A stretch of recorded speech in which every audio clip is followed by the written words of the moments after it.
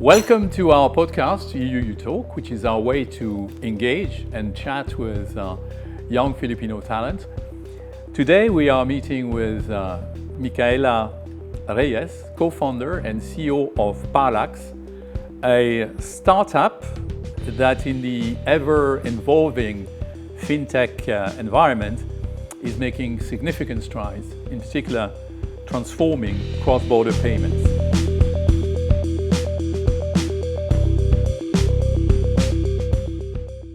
First of all, congratulations. Thank you very much. And could you tell us when you launched Parallax, what Parallax does, and what do you do? Yeah. We started Parallax about a year and a half ago, but we officially launched it about the end of last year. And by launch, we publicly opened registrations for our users and did a whole PR stint in different news outlets. What I do at Parallax is, as a CEO and founder, I wear many hats. One of those hats includes hiring the right people to make sure that our product is growing and trusted and that they can help execute on our vision. I wear the compliance hat as well. I want to make sure that our product and our platform is safe for our users, our growing number of users.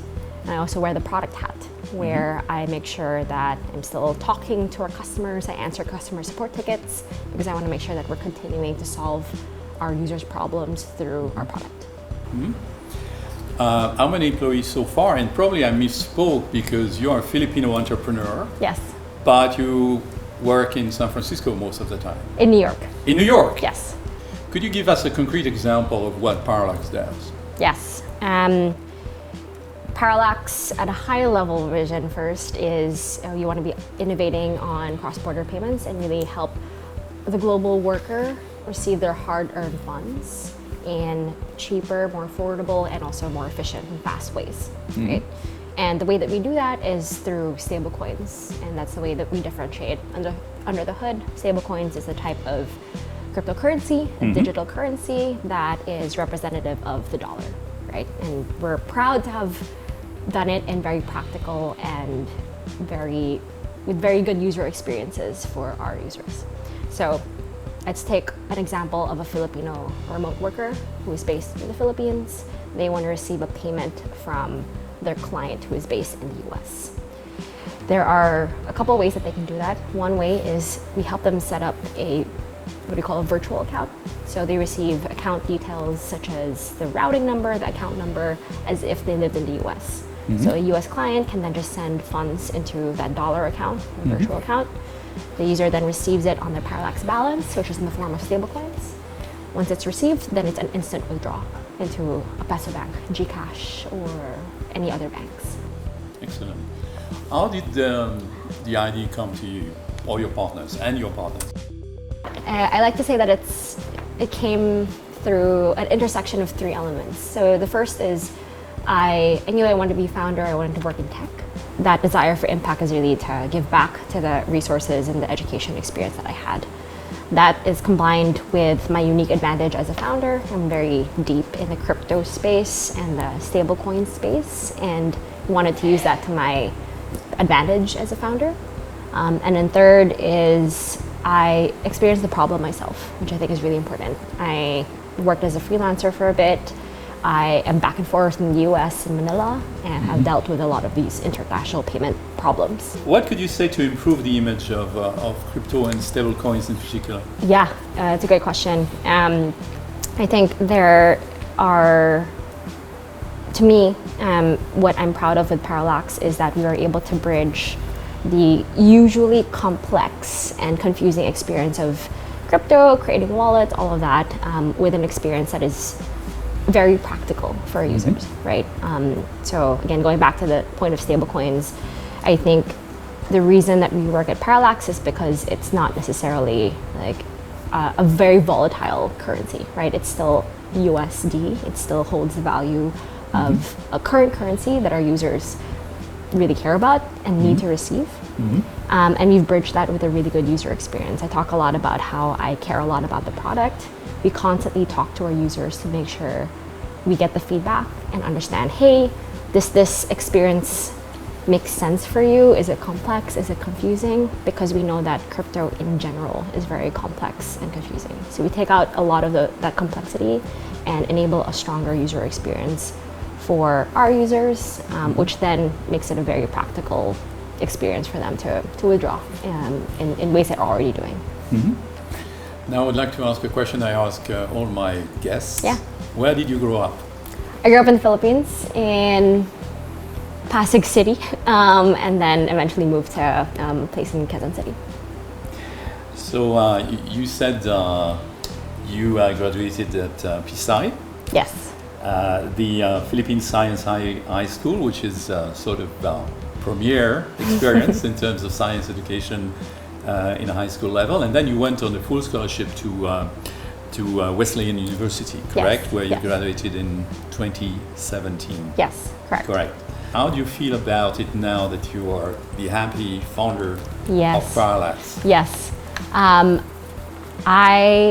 Backtracking, so my decision to take the leap to quit my job, as I mentioned, and jump into founding a company took a lot of months. Like, I knew that eventually I wanted to do it, but it's the hardest thing about being a founder is managing your psychology, right?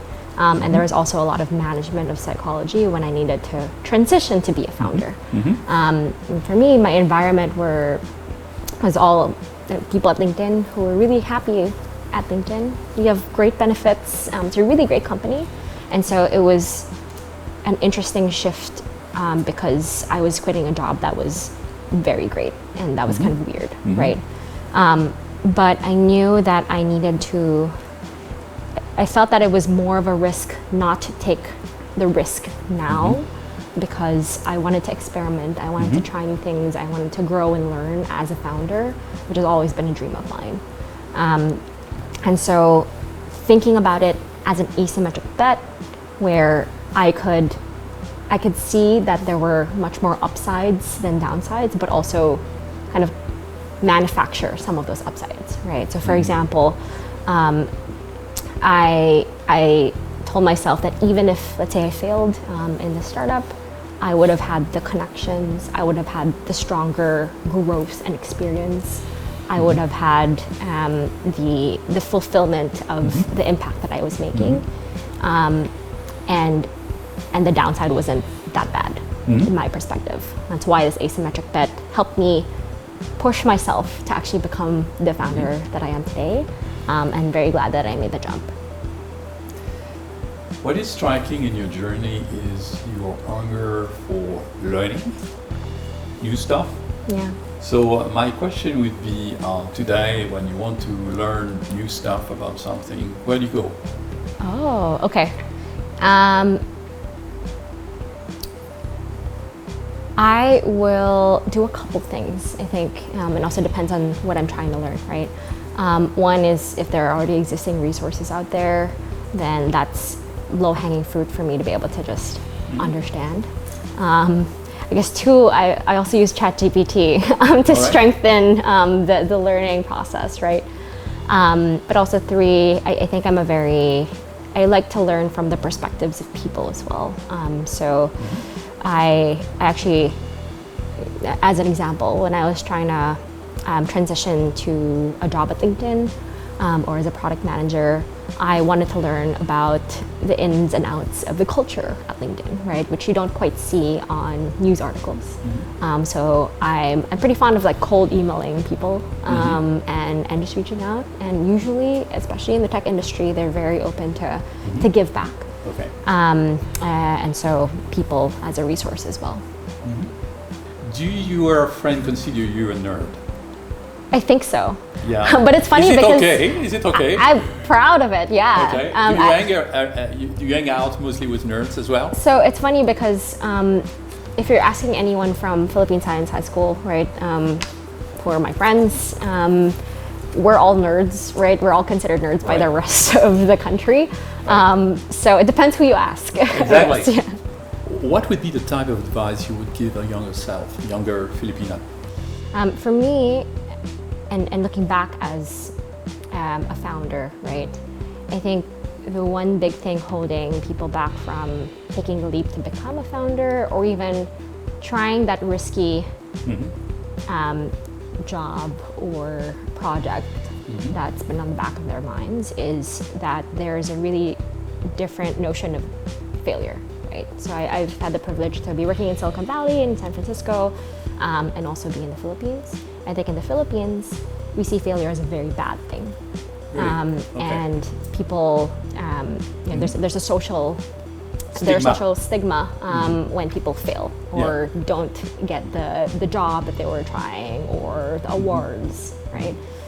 In Silicon Valley, it's worn as a badge of honor, where people are not only okay with a failure, they're actually putting out on their LinkedIn, they're talking about it, because to them, failure is not a bad thing. It's a learning opportunity in disguise, right? They become better people because of it.